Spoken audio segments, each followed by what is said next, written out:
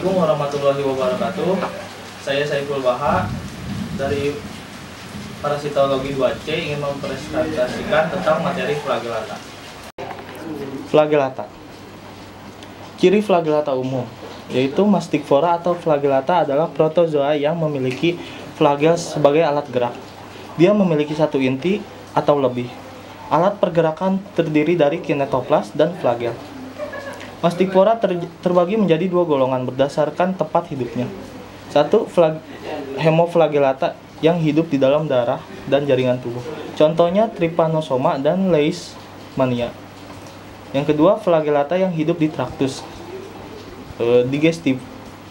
Yang ke-1, digestivus, dia hidup di rongga usus dan mulut. Contohnya Trichomonas hominis, dia berada di usus, dan Trichomonas tenax dia berada di mulut.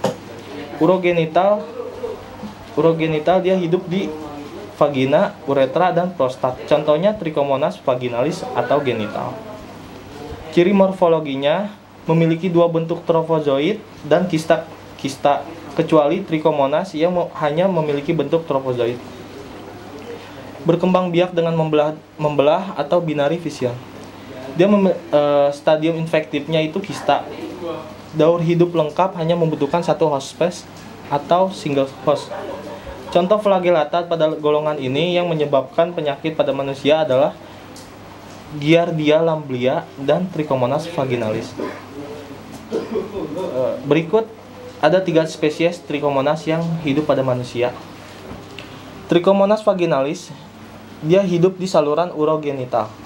Trichomonas hominis, dia hidup di bagian usus. Trichomonas tenax, dia hidup di rongga mulut.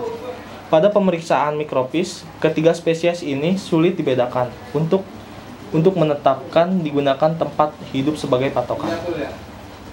Ciri morfologi Trichomonas. Bentuknya seperti buah pir, ukurannya 10-12 mikrometer. Dia memiliki satu inti, bentuknya lonjong, terletak di bagian anterior dekat mulut. Jumlah flagellanya 3-5 buah di daerah anterior. Satu flagella yang paling tebal berjalan ke arah belakang membentuk undulating membrane. Aksotil berjalan dari tengah tubuh dan berakhir di ujung tubuh bagian posterior sehingga berbentuk seperti ekor. Berikut bentuk trofozoidnya.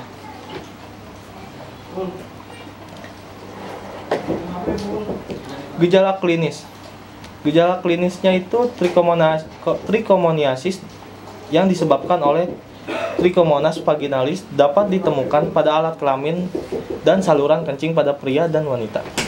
Gejala klinisnya itu di bagian wanita berada di vaginitis, uretris, vulvitis, dan cervicis. Pada pria prostatitis, uretitis, vesikel atau vesikel seminalis dan uretra. Infeksi dapat berupa pelunakan, radang, dan erosi. Permukaan lap mukosa yang tertutup cairan warna kuning dan berbusa.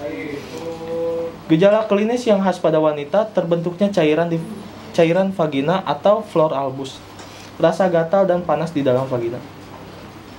Gejala klinis pada pria terbentuk cairan putih di uretra. Berikut trichomoniasis pada mulut.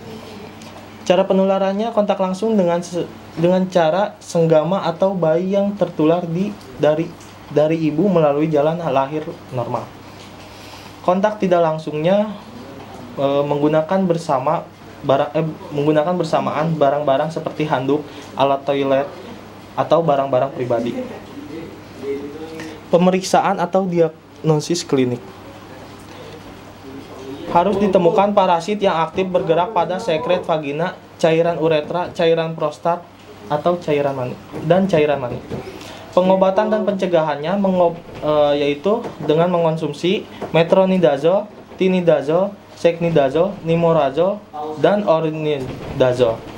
Penularan trichomoniasis dapat dicegah dengan kebersihan pribadi dan tidak menggunakan alat pribadi bersama-sama. Giardia lamblia. Parasit ini disebut juga Lamblia intestinalis atau Giardia intestinalis. Penyakitnya giardiasis. Tempat hidupnya dia melekat pada bagian duodenum, dan jejunum bagian atas. Kadang-kadang dijumpai di saluran empedu dan kantong empedu. Sebaran geografis, daerah tropis dan subtropis. Morfologinya ada dua stadium, yaitu kista dan trofozoid. Kista bentuknya lonjong, ukurannya 8-12 mikrometer. Dia memiliki 2-4 inti. Kista yang baru terbentuk memiliki 2 inti, dan yang matang memiliki 4 inti. Dindingnya tipis dan kuat. Sitoplasma berbutir halus. Pembentukan kista terjadi di kolon pada saat feses mulai padat. Trofozoid berbentuk seperti buah pir atau raket bilateral simetris. Panjangnya 14 mikrometer, lebarnya 7 mikrometer. Ujung anterior membulat dan lebar. Bagian posteriornya meruncing. Permukaan dorsal cembung dan ventrikal cekung. Memiliki 4 pasang flagel dengan panjang 12-15 mikrometer. Memiliki 2 aksotil dan 2 inti. Berikut contohnya.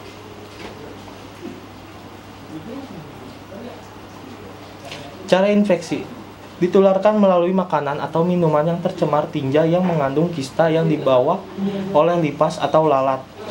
Setelah kista tertelan dan mencapai duodenum, maka kista akan berubah menjadi trofozoid dan akan memperbanyak diri. Jika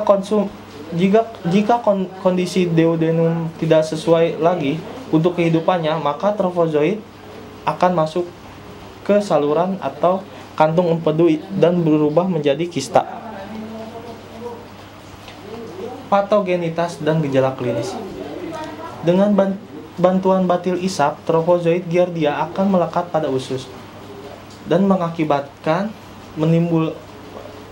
timbulnya gangguan penyerapan lemak sehingga terjadi steatore atau berak lemak.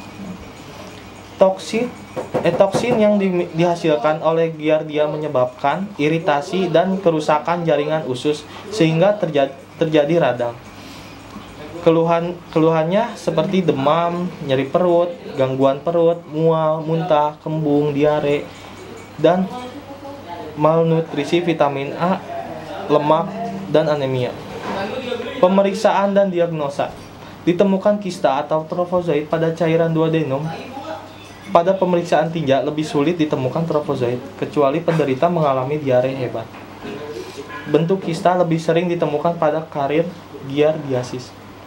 Pengobatannya bisa melalui pencegahan, ya, pengobatan metronidazole, ya seperti yang tadi saya bilang. Pencegahannya flagellata apatogen. Flagellata khusus yang tidak patogen adalah Enteromonas hominis, Embedomonas intestinalis, dan Chilomastic mesnili. Nah, berikut perbedaan morfologi.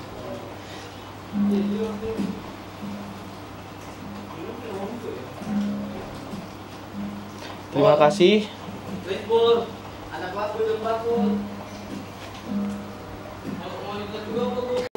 Terima kasih atas perhatiannya. Mohon maaf bila masih banyak kesalahan dan kekurangan dalam pembuatan video ini. Sekian. Assalamualaikum warahmatullahi wabarakatuh.